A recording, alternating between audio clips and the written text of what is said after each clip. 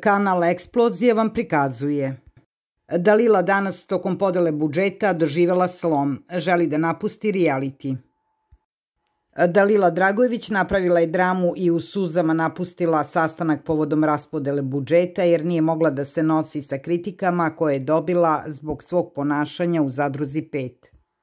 Dalila Dragojević danas spava, ne učestvuje u programu. Nakon sinoćnih komentara da meni članica žirija kaže da ne kažem to, reći ću najveći odron.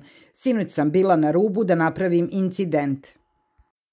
Vraćajući se sa Zadrugovizije, gledajući poglede kao da sam ubila nekoga, kako se ljudi krste. Želim svima vama da doživite urlike.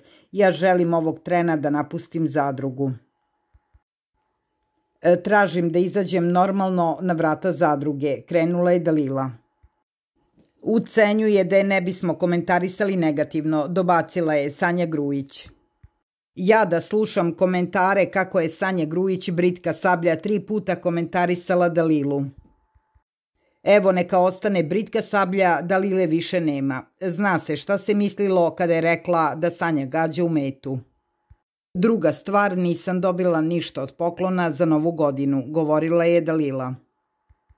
A to te je pogodilo, rekla je Sanja. Nemam snage, meni je Nova godina značila. Zaljubila sam se u cara, vratila Dejanu, nemam snage više, pričala je kroz suze Dalila. Šta nemaš snage, pitao je car. Nemam snage, Filipe, i kad sam sa tobom bila na bini dobila sam komentare, ne skidajte te maske. Sinoć je bilo trostruko gore, plakala je Dalila.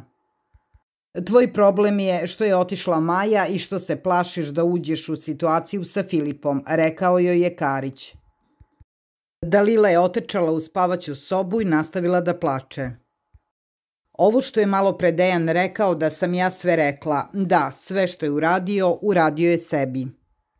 Meni je najteži moment Zadruge 5 da nakon onolikog bola, slomljenih ruku koje smo lečili, on urinira po sebi. Nije uradio ništa meni nego sebi, to mi je najteži moment. A pritom ni Delić nije dobila od nas koliko je vređala i Sanju i mene. Svi su bili okej prema Dalili, rekla je Sandra Rešić. Neiskrena je prema Dejanu, osetila je da može da se vrati caru i ne zna kako da spreči sebe, a kako će da spreči, napustit će ovaj reality. Se ne vraćam u 3. sezonu, ali svi koji me znaju, znaju da nikada ne bih bio sa takvom osobom, rekao je Karić. Lajkujte nam video i zapratite Eksploziju ako želite da budete u toku.